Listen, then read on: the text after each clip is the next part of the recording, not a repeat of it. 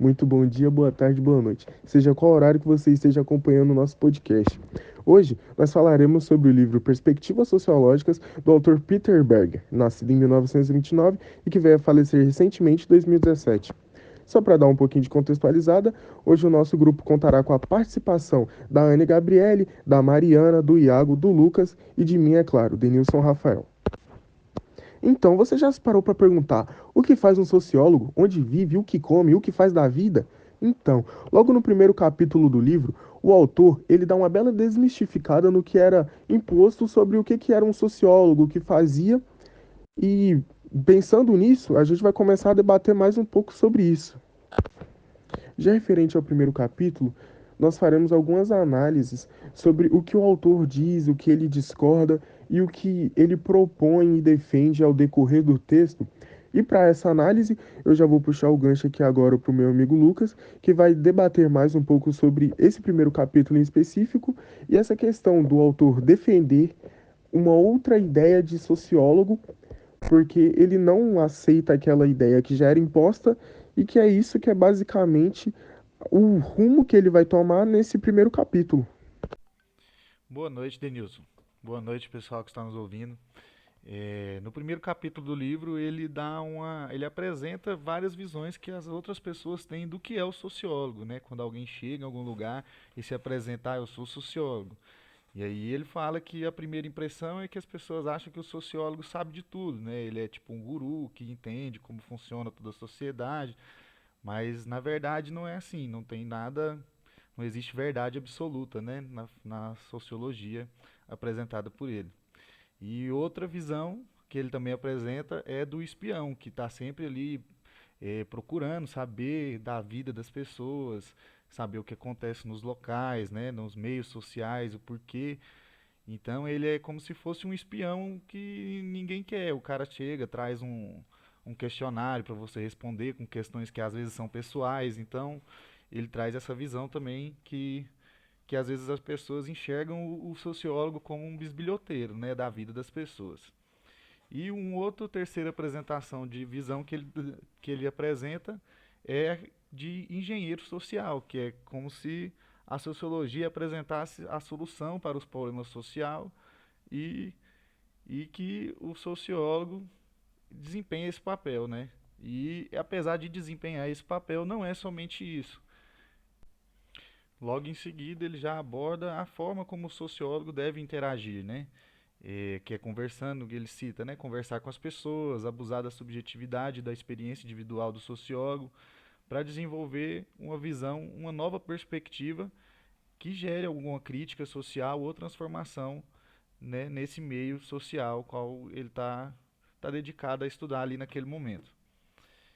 E logo depois ele vem e diz também a importância da sociologia, né, no mundo atual, que é a compreensão do mundo social, como essas engrenagens sociais, as instituições funcionam e interferem na nossa vida e como a gente se relaciona e, e produz conhecimento e produz e se desenvolve, né?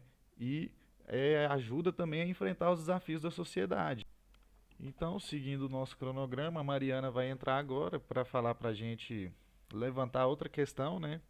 Que é os elementos que constituem a sociologia segundo Peter Berger, no capítulo 3 do livro, que são os conceitos de alternação e biografia.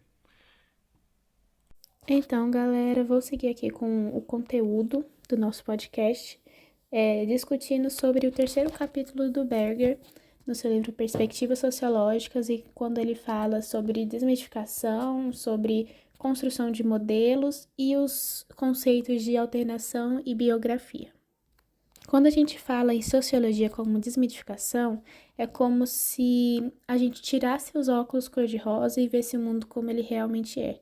Berger quer discutir que a gente deveria questionar tudo aquilo que a sociedade diz que é normal ou natural. Por exemplo, por que a gente aceita certas regras sem questionar, sobre as perguntas que a gente não tem coragem de perguntar e como a gente deixa tudo seguindo como sem essa pergunta do porquê de certas coisas são do jeito que são. Berger segue dizendo e explicando que isso se dão porque são essas as regras que mantêm a ordem e são construções já socialmente feitas. mas que é necessário que a gente deva questioná-las para buscar uma sociedade mais justa.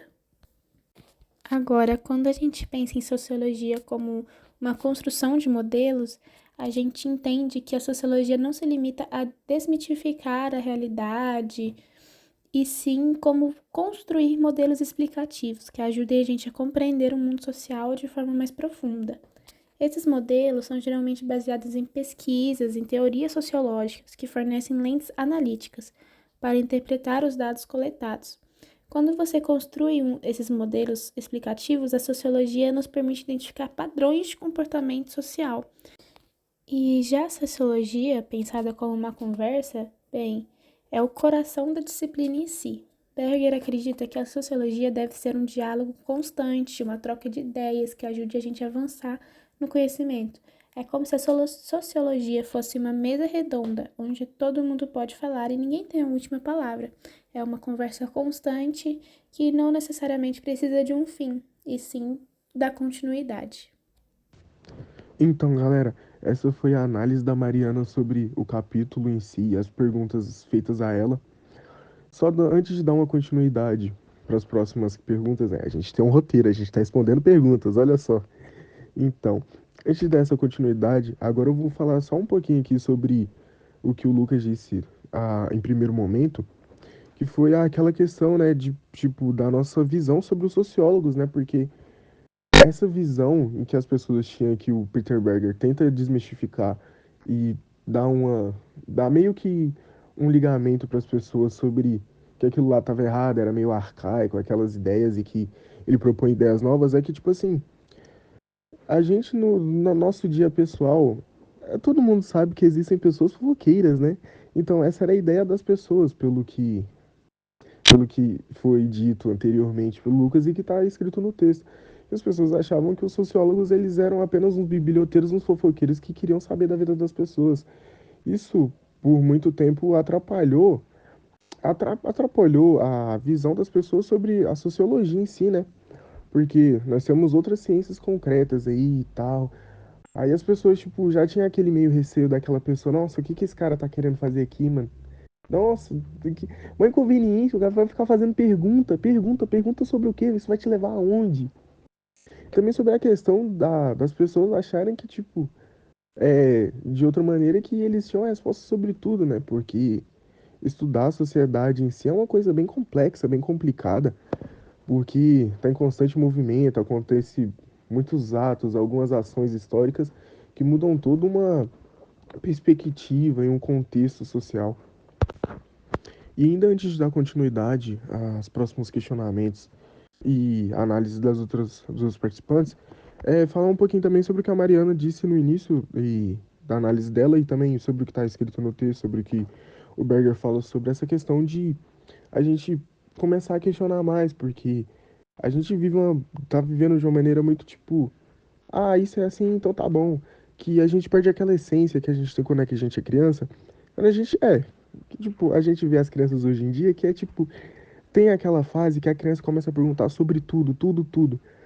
Isso é o que ele quer trazer para a vida adulta também, né?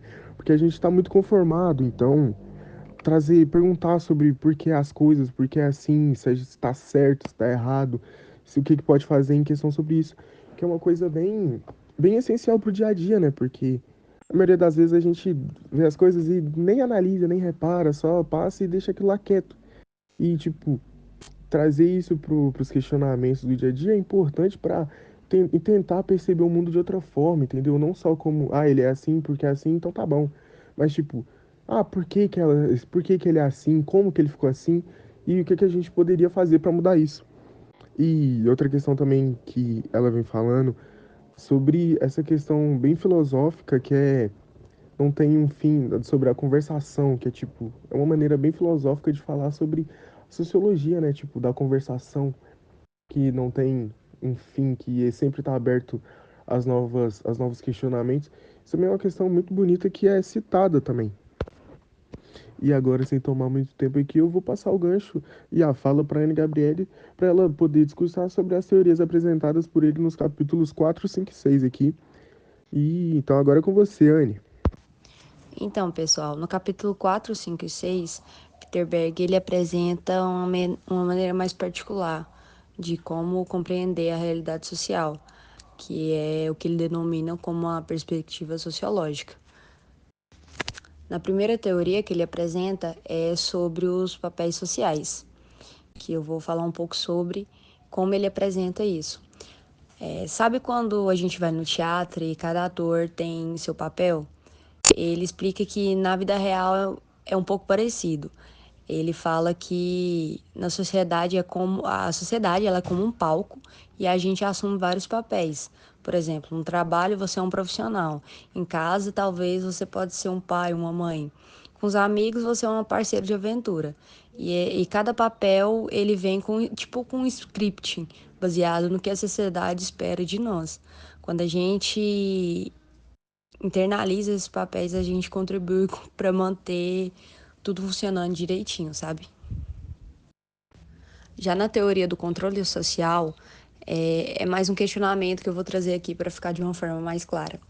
Já pararam para pensar como que a gente segue um monte de regras sem nem perceber? É isso que ele traz na teoria dele de controle social.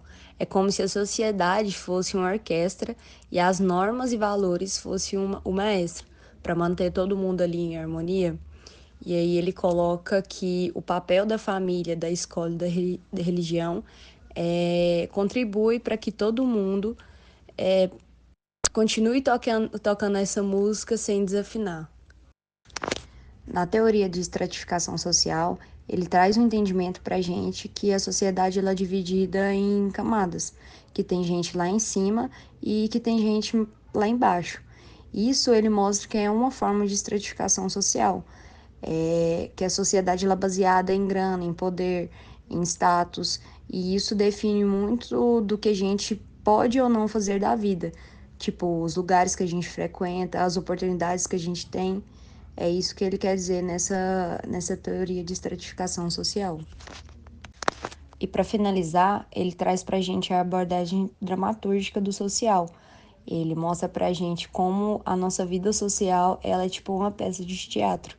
A gente está sempre atuando, mostrando diferentes versões de nós mesmos, dependendo da situação. Ele fala que é só uma questão de performance para em determinadas situações, de saber como que a gente vai apresentar naquela situação, qual personagem a gente vai colocar ali para ser o certo, para se dar bem nas nossas relações sociais. Muito obrigado, Anne, pela sua participação e pelas suas análises. Então, segundo Berger, nós basicamente somos fantoches da sociedade, nós estamos sendo moldados nós temos o nosso script e em alguns momentos a gente pega autonomia e que a gente continua seguindo o script, né? A gente muda as nossas formas de agir conforme o lugar em que a gente está e conforme o que as pessoas esperam da gente naquele lugar. Então é basicamente isso, nós somos fantoches da sociedade. Justamente, Denilson, é nessa questão quando ele fala do teatro, né, que as pessoas usam máscaras, com cada pessoa, em cada ambiente que você tá, você tem uma máscara, você tem uma personalidade para aquele lugar, né? E a gente acha que nós decidimos ser daquela forma, né? Que é uma escolha nossa, mas no decorrer do texto, do livro, o Berger deixa bem claro que essas personalidades, o que a gente tem como personalidade, como máscara, né? Não é escolhido pela gente, é moldado por esses papéis, por essas engrenagens, por esses conceitos que foram ditos aí por nossos colegas. Por exemplo, a sua religião mesmo, a primeira religião, né, o seu idioma, não é você que escolhe, você adquire isso através dessas instituições, através dessas relações que isso já nos é imposto. A gente acha que escolheu, né? Ah, eu escolhi ser católico, ou eu escolhi casar com pessoa X. Não, isso aí já vem sendo construído entre nós, entre nossas relações, né? Isso a gente já vai internalizando e a gente tem a acreditar de que é uma escolha nossa. O autor deixa bem claro que a gente é moldado pelo meio que a gente se está, né? que tudo isso molda nosso caráter, molda nosso papel, nossas personalidades. Então, Lucas, isso aí que você falou foi bem cirúrgico, né? Porque, igual quando a gente fala, a gente se relaciona com alguém, a maioria das pessoas casadas hoje em dia, eu esqueci o número em específico, mas a maioria delas estão casadas entre mesma classe social, cor e raça, essas coisas. Que é tipo, basicamente o scriptzinho da sociedade, né? Então, a gente meio que é moldado por ela, e dependendo de onde a gente nasce, na classe que a gente nasce, a gente vai ter perspectivas de mundo e vidas completamente diferentes, mesmo estando no mesmo espaço, às vezes com famílias diferentes e talvez de maneira quase igual com pessoas que estão completamente longe da gente, por conta da vida, da perspectiva social do mundo em que ela tá, entendeu? Então isso é uma análise bem complexa de se fazer e também abre muito a mente em questão de nós somos fantochezinhos, a gente tem que seguir o scriptzinho de como tá moldado e como foi feito pra gente estar no momento que a gente está antes e depois, do início até o fim.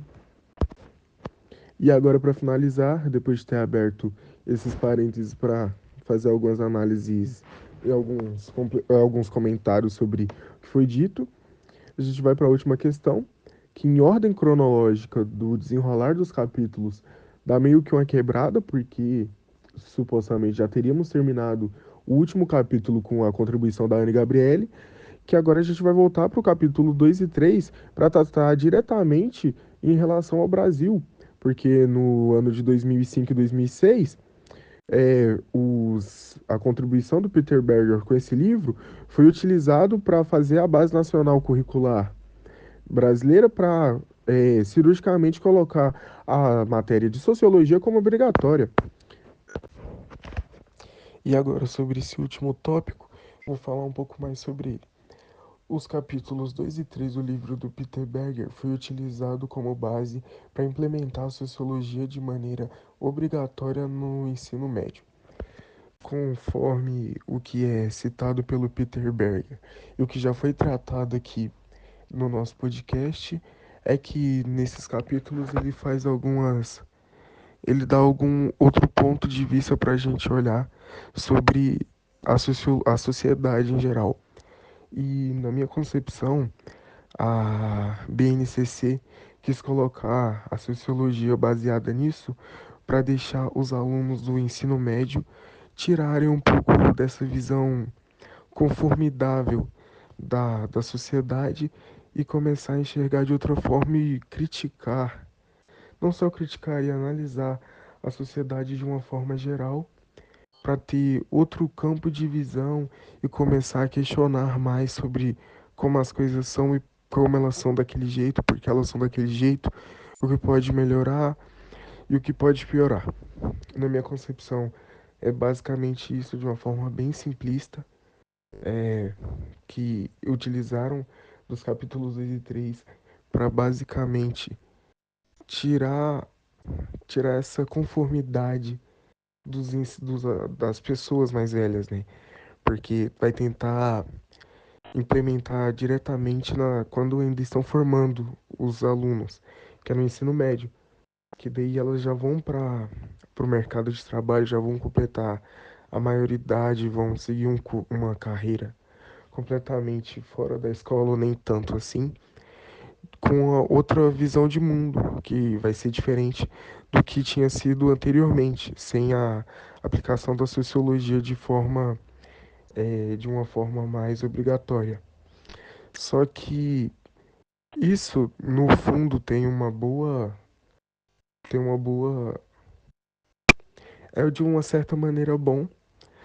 Todavia, isso não foi implementado de uma maneira correta, porque desde daquele momento em que foi implementado até os dias atuais, na minha ocasião, é, não tiveram professores qualificados porque não era ensinado, então, mesmo com professores que talvez dessem outras matérias e fossem bons naquelas matérias, não tinha muito conhecimento sobre a sociologia de uma forma geral e tinha mais uma matéria sem conhecimento muito específico para dar aula, que eu acho que é algo que ainda, desde o momento em que foi implementado até os dias atuais, não é algo que mudou ainda, porque eu me formei ano passado no ensino médio e eu posso contar nos dedos as aulas de sociologia, não só comigo e com outras pessoas também.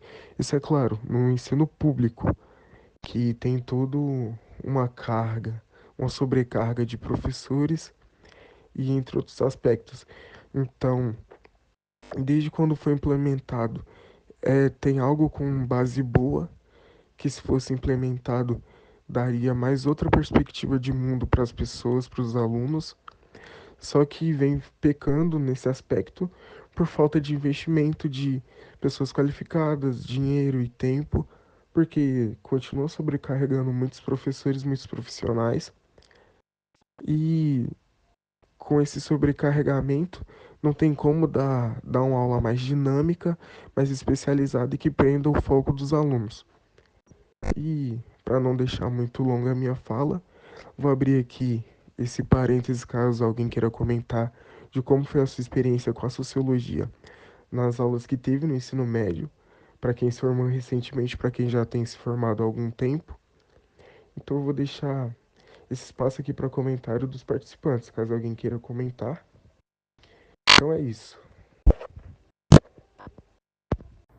Então, a minha experiência com a sociologia pode ter sido diferente. Eu vim de uma escola particular e tive sociologia e filosofia desde o primeiro ano até o terceiro ano do ensino médio.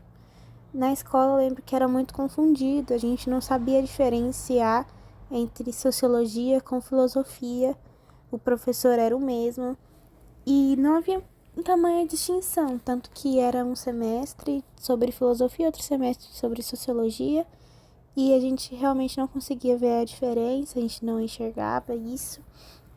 Enfim, e o que me faz pensar que o porquê da BNCC ter colocado essa matéria na grade curricular é da extrema importância dela, justo que a gente falou sobre durante o nosso podcast, a importância sobre questionar as coisas e ter um olhar crítico sobre o mundo.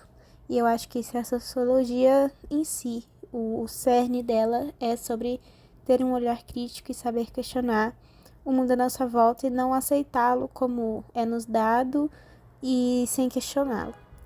Isso que eu vejo na sociologia e a importância dela. O triste é que, vindo numa escola que tinha muito acesso a essa matéria, comparando com escolas públicas e tal, o desinteresse que era levado sobre os alunos, sabe? Todos os alunos não sabiam apreciar uma matéria que muita gente gostaria muito de aprender durante o ensino médio e não teve oportunidade. Essa foi a minha visão sobre sociologia e um dos motivos de eu estar fazendo o curso de Ciências Sociais, hoje em dia. Do pouco que eu me lembro da minha experiência com a sociologia no ensino médio, foi bem breve, porque eu acredito que eu tenha tido ela ali entre o oitavo e nono ano, que eu tenho certeza que eu tive, entre esses 2 anos. E assim, foi como a Mari falou, foi uma matéria que era dada em conjunto com a filosofia. Eu me recordo que assim, a gente tinha uma semana, a gente tinha aula de sociologia e na outra semana a gente tinha aula de filosofia. Era o mesmo professor também que dava. Então, assim, a gente nunca viu claramente essa diferença entre um e outra. Mas em relação a o que eu acho de como ela é dada nas escolas hoje em dia, eu não vejo que ela é tão cobrada quanto as outras matérias, como matemática, como geografia. Eu vejo que é uma matéria assim que ela é mais deixada de lado pela parte assim do mesmo das instituições e consequentemente pelo lado dos alunos também, porque por não ser uma matéria assim que ela é dada por qualquer professor, porque foi essa a experiência que eu tive, o professor que me dava aula não era formado em sociologia, Então era mais uma matéria assim que era dada por ter que tá lá, né? Naquele, eu acredito que por ser uma matéria obrigatória, né? De estar ali na grade deles. Mas assim, a gente não via esse cuidado com a sociologia como tinha com as outras. E é isso que eu acho que falta esse cuidado, falta essa cobrança maior por parte das instituições mesmo, tanto do professor quanto para ter a cobrança dos alunos. Até porque é uma matéria de extrema importância, como já foi dito durante esse podcast inteiro. Da mesma forma que as outras são importantes para determinadas áreas da vida, a sociologia ela tinha que dar uma atenção maior para ela, porque afinal é uma das únicas matérias que todo mundo vive ela, porque matemática, dependendo da área que você vai cursar, você não pega ela, ou então você não tem muito contato ali com ela. Mas a sociologia todo mundo vive em sociedade, então eu acho que é uma matéria de extrema importância que ela tinha que ser mais valorizada. Então, chegamos ao fim. Eu queria agradecer a todos os comentários, a todos os participantes que integraram e contribuíram com falas e análise sobre o texto. Queria agradecer a todos vocês que escutaram o nosso podcast até aqui.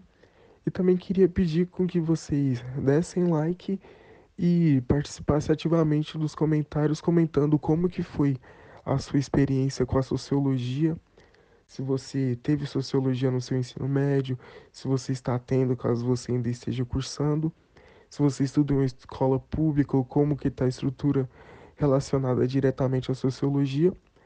Queria agradecer, dar um bom dia, uma boa tarde, uma boa noite no seu horário que você vai estar escutando esse podcast. E fico muito agradecido por você ter nos acompanhado até aqui. Então é isso, galera. Tchau. Até a próxima.